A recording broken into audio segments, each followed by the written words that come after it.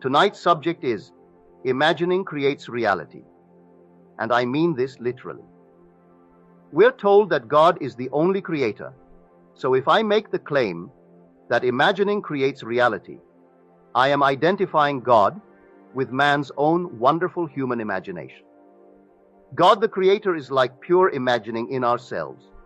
He works in the very depths of our soul, underlying all of our faculties, including perception, but He streams into our surface mind, least disguised in the form of creative fancy. D. Fawcett. That is a daydream. We can catch Him in the act of creating, yet it is my very self, for I am imagining. And if what I'm imagining I do not forget, and then as time goes on it comes to pass in my world, then I have found Him.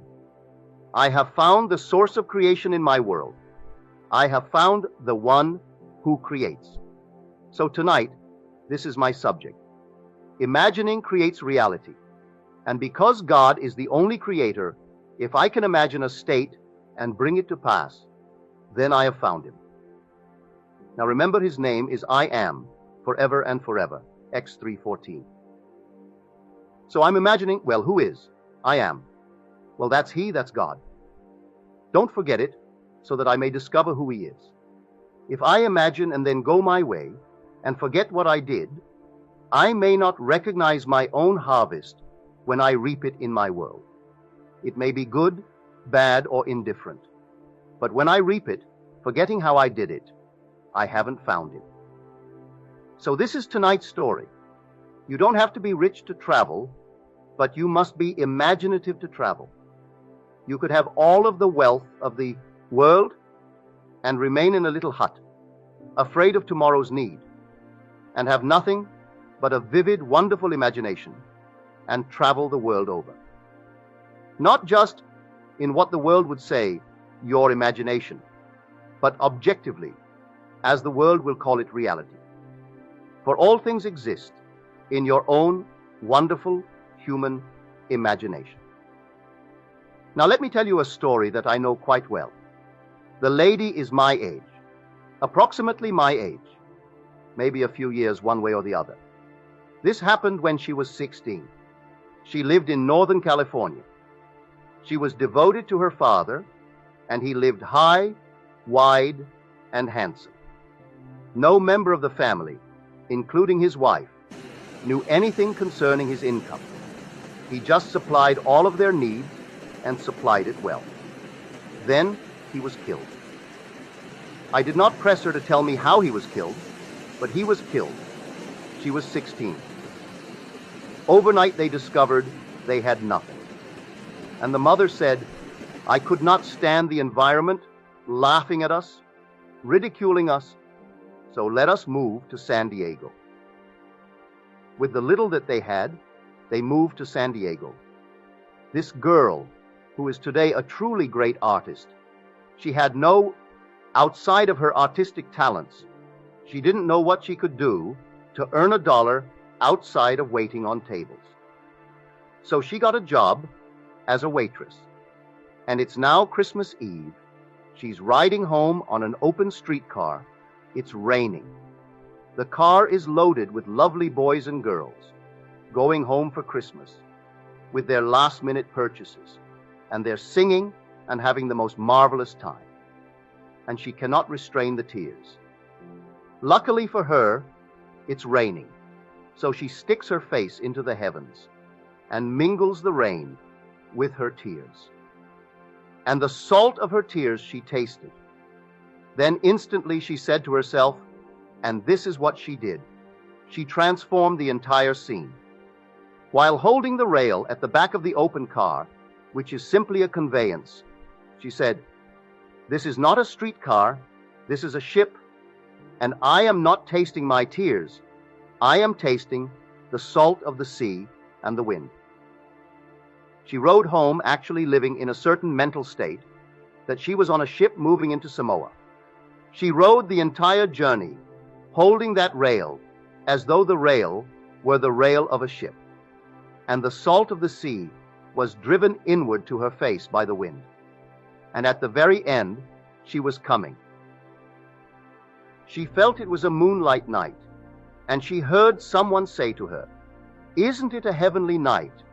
We're coming into the bay, Manono, bay." And then the car came to the end. 2 weeks later, she received a letter from Chicago from a law firm. They enclosed a check for $3,000 and said that her aunt, before she left for Switzerland 2 years ago, had deposited with them a certain sum of money with instructions that should she not return or should she die, in the interval that $3,000 must be paid to this niece of hers. Within 1 month, she was on a ship sailing for Samoa. And coming into the bay, she saw this wonderful ship plowing through the waves like a lady with a bone in her mouth. You know the nautical term, a ship plowing through the waves and that lovely white foam that it makes. They speak of it as a bone in the lady's mouth. There she was drinking in the entire scene when an officer on deck said to her, "Isn't this a heavenly night?" Exactly as she had visualized it, and used her inner senses to make it real. Now, imagination, I said, creates reality. Imagination is spiritual sensation. By that I mean that she took her 5 senses, sight, sound, scent, taste, and touch, and transformed this car into a ship in the South Pacific. And within 1 month, she had realized it. Now others would say, well, that's just coincidence. May I tell you, I could repeat it thousands of times. It is not coincidence. This is reality, but man will not believe it. Man will not believe that God became man, that man may become God. He will not believe that God and man are one. That man is all imagination, and God is man, and exists in us, and we in him. The eternal body of man is the imagination, and that is God himself. Blake, Anot. To Berkeley, Laocoon. There is no other God. In the end, we will come out as an awakened being, an awakened imagination, where all things are subject to us, for we know who we are. If imagining creates reality, it doesn't really matter what the present moment displays. It could only be the outpicturing of a certain imaginal act. Well, I will arrest that imaginal act and change it within myself. Well, how do I change it? Does Scripture suggest it? Yes, in the 18th chapter of the book of Jeremiah. Arise and go down to the potter's house, and I will let you hear my words. So I went down to the potter's house, and there he was working at his wheel. The image in this hand was misshapen, but he reworked it into another image, as it seemed good to him to do. Verses 1-4.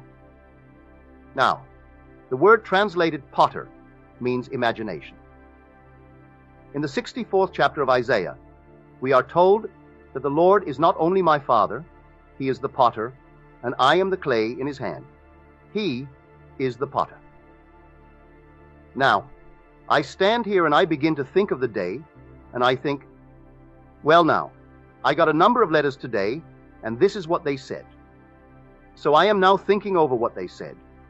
Or, suppose I was in business, and the boss said to me, you know, you're not doing as you ought to do. And I'm dwelling upon what he said. I am forming an image of myself based upon what he said. That's not the image I want. That is something that is misshapen. I'm not going to discard myself because he said that of me. I'll take the same thing and reshape it, as it seemed good to me to do. So he said this, that, or the other. I will not accept that. I will reshape myself into the image that I wish he had described me. Describe me in this manner rather than the way he described me this day. So I will simply now reshape myself in this image. Will it work? Yes, try it. For the God of the universe is your own wonderful human imagination, shaping you morning, noon, and night. Well, you are accepting this, that, or the other, from a seeming without. No, do it from within. What do you want the world to see you? How do you want them to see you? How would you like them to describe you? Well, now, describe yourself in that manner, as though the world actually saw you in that light. And believe it. Walk in the assumption that this thing is true. And may I tell you, no power in the universe can thwart it, because no power can thwart God. And God is your own wonderful human imagination. So I tell you, imagining does create reality. Don't let anyone in the world tell you that you are something apart. You can't divide God. His name is I Am. Try to divide it. You can't divide it. God is one. Hear, O Israel, the Lord our God, the Lord is one.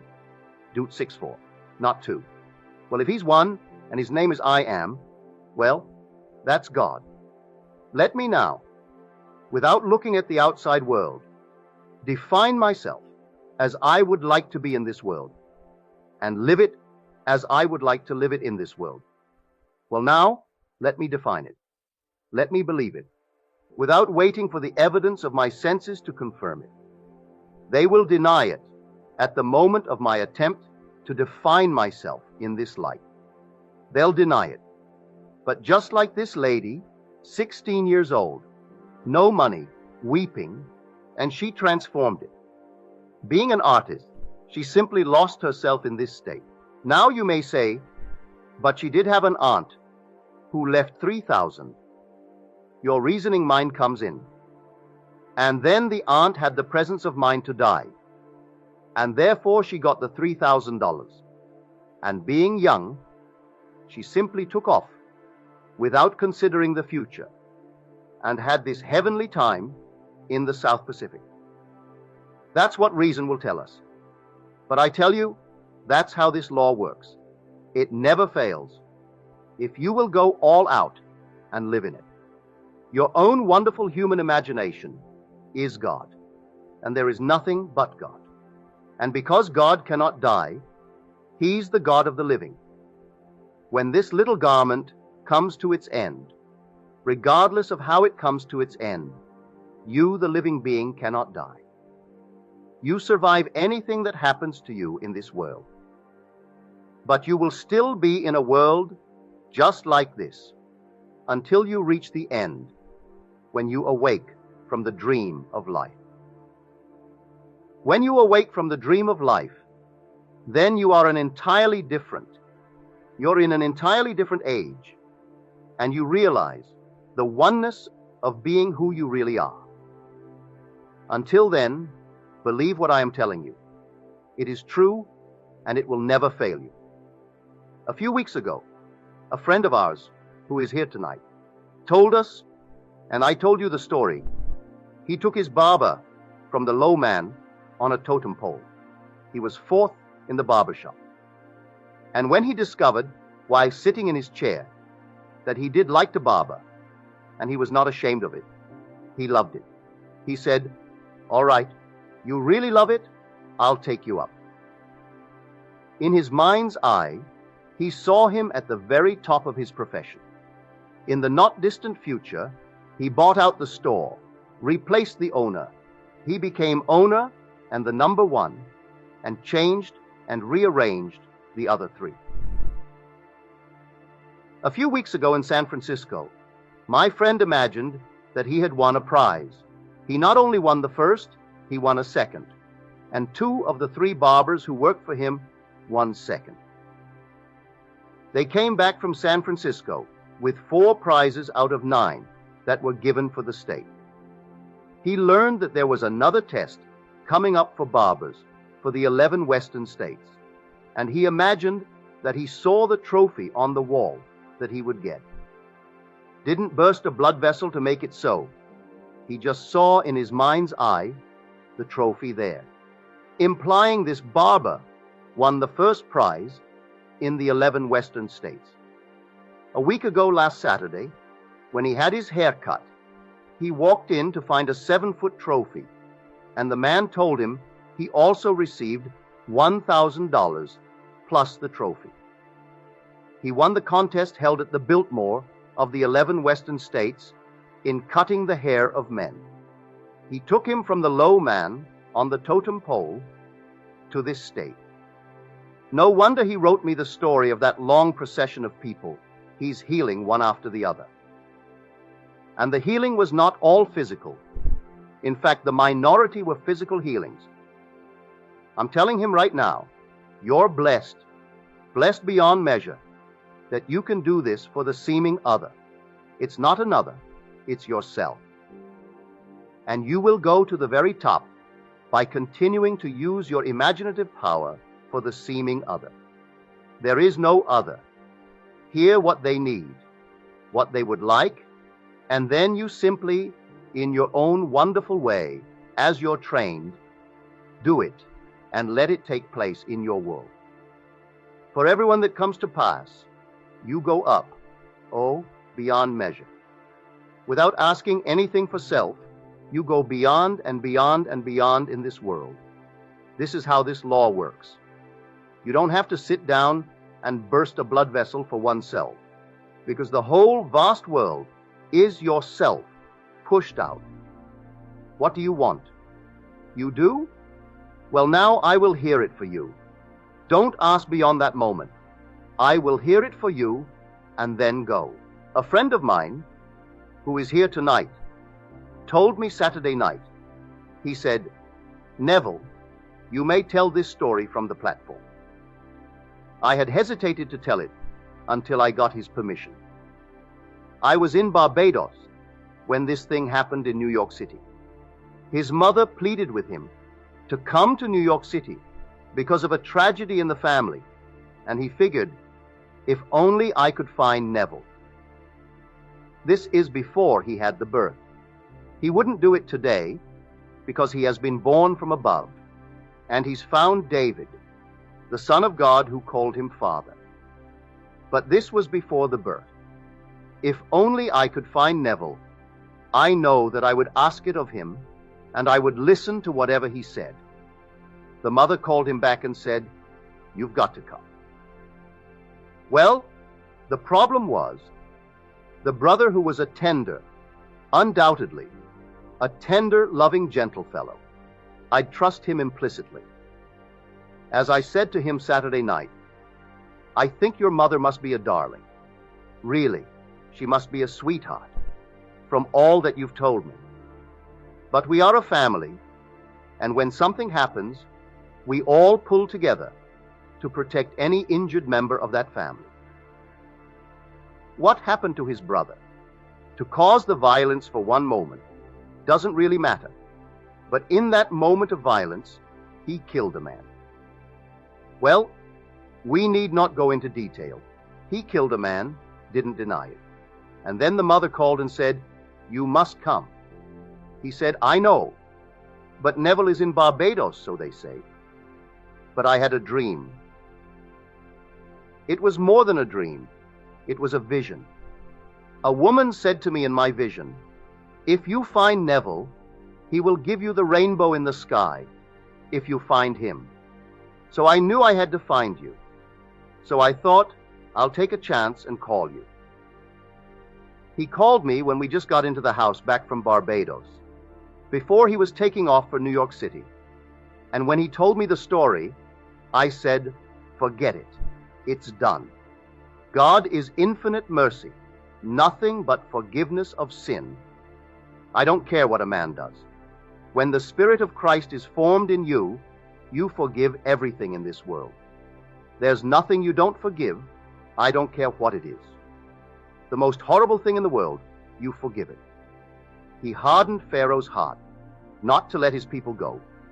How can you condemn Pharaoh? That is the story. And so I said, "It's done." And he and I, over the phone, heard each other. His request and my bold assertion, "I have heard it. It's done." Well, this past 2 weeks, the mother called to say he has been set free. I did not ask him Saturday night. I will never ask him why he did it, how he did it. It makes no difference to me whatsoever.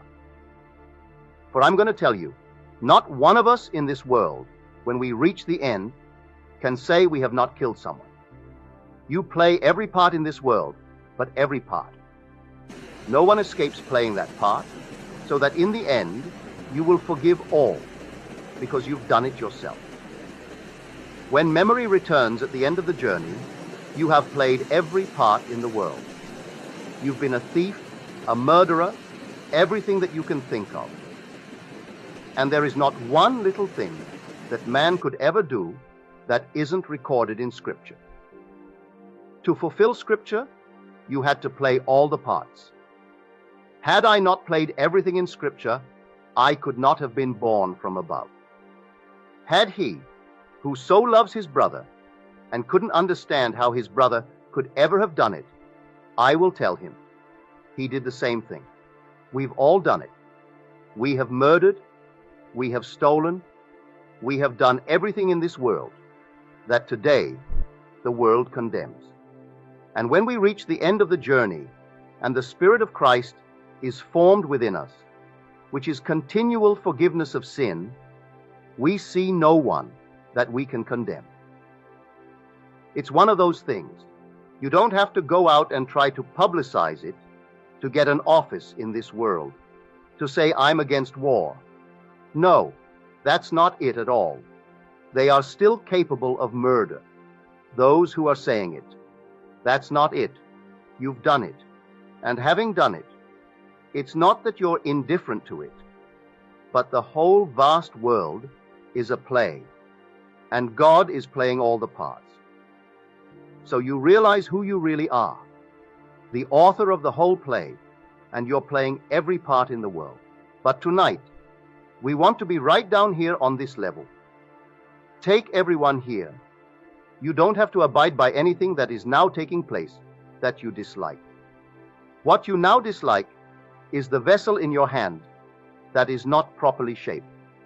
So, I went down to the potter's house, and there he was working at his wheel. The vessel in his hand was spoiled, but he reworked it into another vessel, as it seemed good to him to do.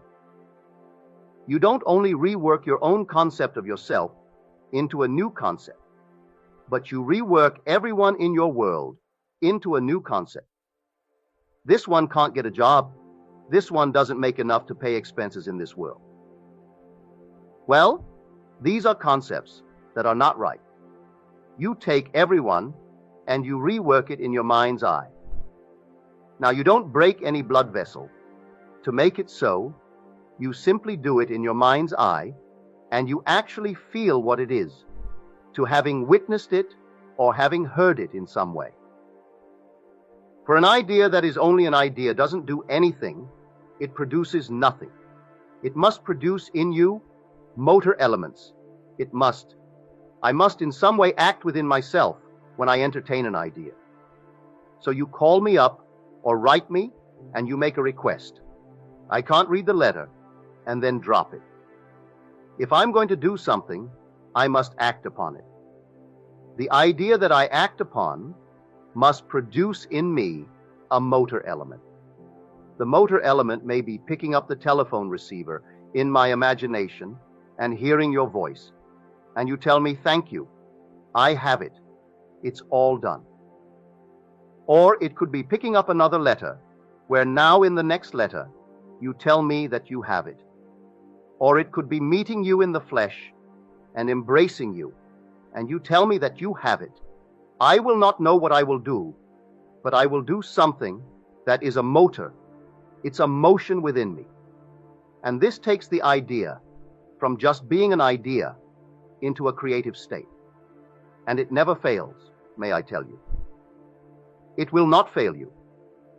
A plain idea, just an idea, doesn't work. It must produce in me, or in you, or in anyone who would bring it to pass, that motor element. The very first creative act, as recorded in Scripture, and the Spirit of the Lord moved upon the face of the waters. Genesis 1:2. It's motion.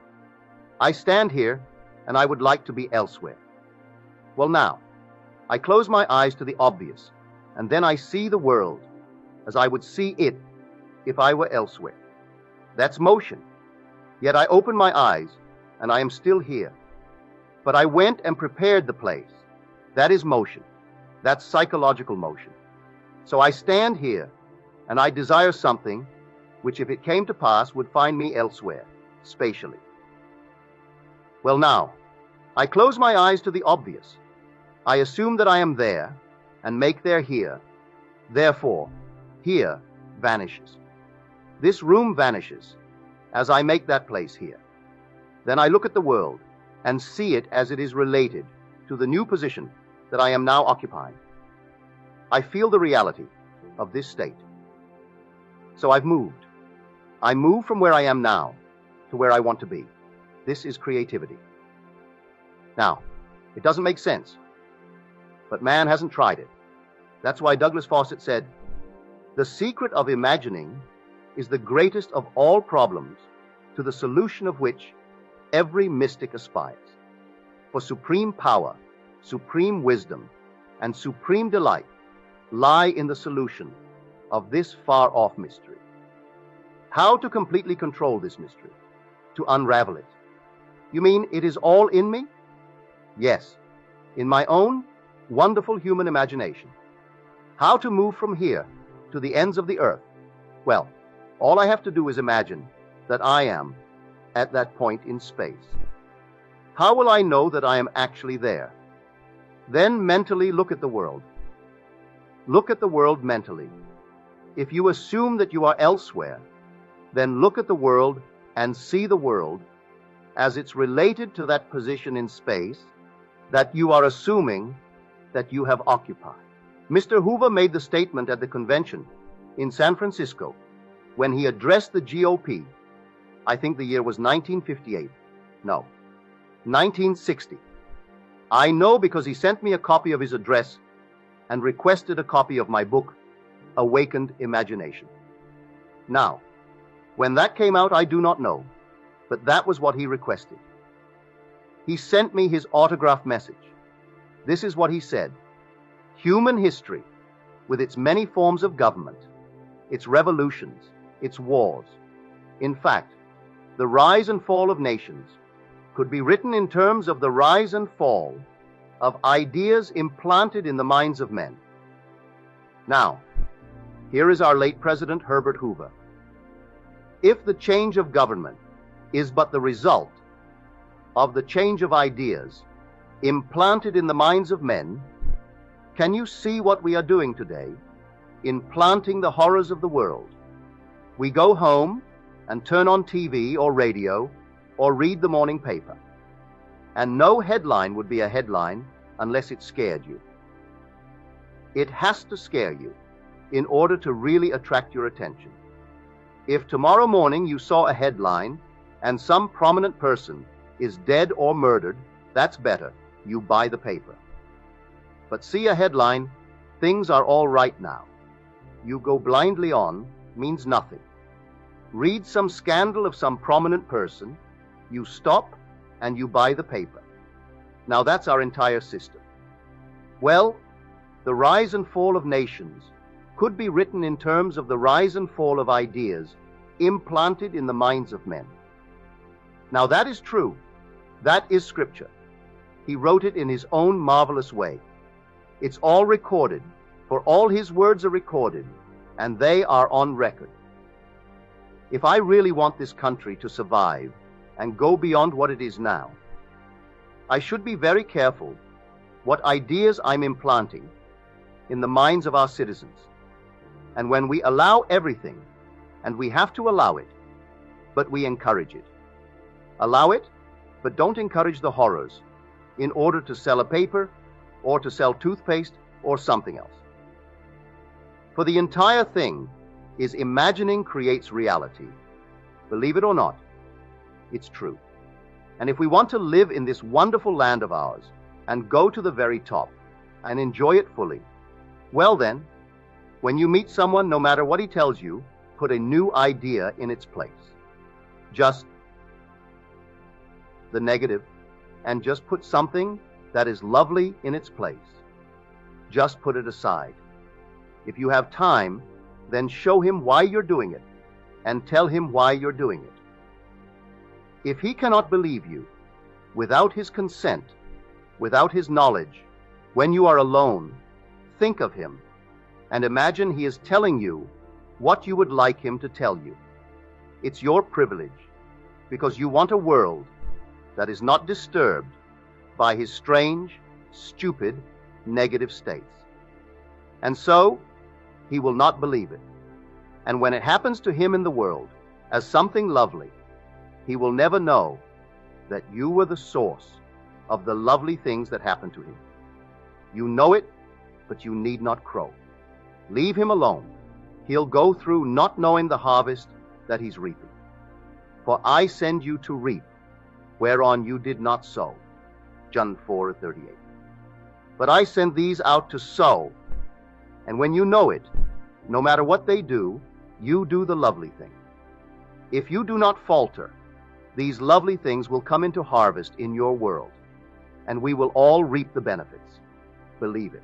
Here is a child of 16. Now, she never heard me. I did not meet this lady Dora, until 1945 in San Francisco. This happened many, many years before, so she was not influenced by anything I said. She simply, to get away from it all, did this. And here, the salt tears are coming down, and she simply began to transform them into the salt of the sea, brought to her by the wind. Then, the little rail, she transformed that into a rail of a ship. Then, everything about it she made real. And then came the $3,000 check. In those days, it would be worth today's $6,000. She simply went off to her Samoa and had the most heavenly time for quite a long while. But she never forgot that she, in this moment of despair, imagined a state. And it worked that way. So I'm asking everyone here to try it. Don't pray to any God on the outside, because he isn't there at all. Turn to no object in space as God. There is no God on the outside. The God is invisible. When you say I am, you think of the face that you're wearing, and you say, well, I am John, I am Mary, I am Jan, I am this. That's only a mask. But you'll know who you really are when God's only begotten Son, David, stands before you and calls you Father. He looks into this perfect being that you really are and calls you Father. Then you know who you are. He doesn't call you Neville or John or Peter or Jan or Mary. He calls you Father. You are the invisible God, and he is the express image of the invisible God. So he's being formed. He's already formed. And when, in you, you reach the end of the journey, he explodes, or you explode, and he stands before you. And here is David of biblical fame. He looks right into your face, and you've never known such love, such affection, just something that you can't describe in words. You love people here. Yes, you certainly do. But when you look at David, you can't describe your love and your devotion to this David and his love for you. He sees you as this eternal Father. He calls you Father, and then the journey is at an end. In the meanwhile, you'll tell it to everyone who will listen to you, and so that you set everyone free in the world. Are you unemployed? All right. Tell me that you are gainfully employed beyond what you thought you could ever earn. Just tell me mentally. You are now not well. Well, now, you tell me mentally that you never felt better. And you are lonely. Tell me you've never known such company and such affection and such devotion. And you tell me. And then, having heard it all, you walk as though you heard it. So this subjective appropriation of your objective, hope for this, that, or the other. And you walk, never turning back, never questioning the reality of what you've done, and it all comes to pass. Then you have found him. I have found him of whom Moses and the law and the prophets wrote. Who? Jesus of Nazareth. Well, Who is he? He is the Lord. He is God the Father. I have found him. I have found the source of the phenomena of life, that what I did not know in the past, and all these things were happening to me, it was caused by the same source. There is only one source. There aren't two gods, only one. But I didn't know there was only one. I thought there was God, and some strange thing in the distance. Now a lady wrote me this. She said, I had the strangest vision, the most horrible, horrible experience. Hear this being said to me in the most, well, I would not even use the word. She said, I'm ashamed even to put it in print to you. You've never known such a curse in your life. And the word was named on your head. Well, I could hardly believe that someone could so curse me. And I said, why? The same being replied, because I want you. Now she says, I could hardly believe that someone could so want me. I can accept that they want me, yes, but want me and still could curse me to that extent. The thought that came to me after the whole thing was over is the word because. I can understand them wanting me, their curse, which to me is beyond measure. The curse was horrible. But why? Because I want you. I'll tell you why. When you go home, you read the 3rd chapter, the 10th through the 14th verses of Galatians. Let me summarize Galatians for you. Galatians. And Paul is now speaking for you and for everyone who has arrived at the point where you have. Paul is stating for everyone who arrives at that point of complete rejection of all authorities, institutions, customs, and laws that would interfere with the direct contact of the individual with his God. And when one cannot, may I tell you, I know it from experience, for in my visions, churches, organized societies, organized politics, they are all personified. Everything is human in eternity. Rivers, mountains, cities, everything is human. For God is man. Thou art a man, God is no more. Thine own humanity learn to adore. Blake, Everlasting Gospel. So everything, even this building, is personified. And it's a person when you meet it in the spirit world. What it represents. If it represents greed of the ladies who operate here, you will see in it that person. If you try to detach yourself from it, it will curse you, for they want to feed on you. And so, you got out of institutions, religious institutions, organizations, customs and laws that would interfere with you, the individual, with your wonderful direct approach to your God, and it lost you, so it cursed you. It has no power whatsoever, none whatsoever. Leave it alone. You do not fight with these shadows. I encounter them all the time. When I first saw this horrible, monstrous thing, talk about the witches in Macbeth, why they're like little children, compared to this monster that I first encountered in the cave, teaching the little children the black arts, the arts of hurting, of murder, of everything. As I stood at the opening of that cave, and she screamed, the screech in her voice didn't affect me at all. She said, "O man of God, what have you to do with me?" Always the same story of the Bible. These spirits, they're only personifications of organizations, and there are those who teach the black arts, those who teach how to hurt people, those who would control your mind and make you feel dependent upon them to contact God. And God is within you. He's not without. So, my dear, you are blessed when you heard the curse. They are helpless to do anything to you, completely helpless. But when you see them, you don't realize that they only are personifications of institutions, of organizations, of customs, and of laws. So you need not tell me the actual word. You've told me in the way you tried to, without putting it down on paper. But I know from my own experience how this works, and they are perfectly helpless, because I move through these worlds night after night on my Father's work. And not one can touch you. You have completely rejected any interference between you and God. You need no intermediary. For you were raised in a very orthodox religious group, and they would enslave you for the rest of eternity, if they could. But man leaves it one by one. We all leave it one by one. And they will curse, but their curse means nothing. It means absolutely nothing. Now, to come back to tonight's theme, imagining creates reality. You could imagine. What are you imagining?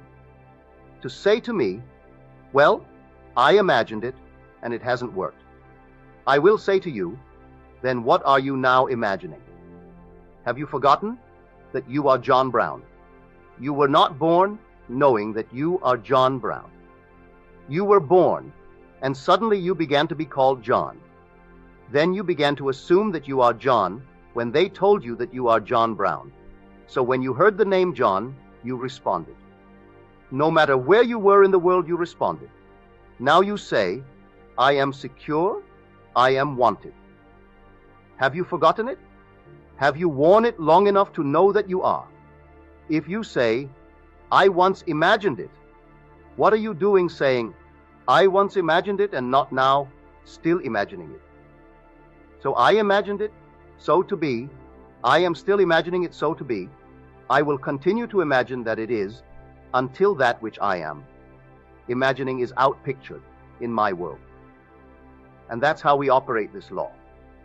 In the end, you will awaken and you are God. Now let us go into the silence.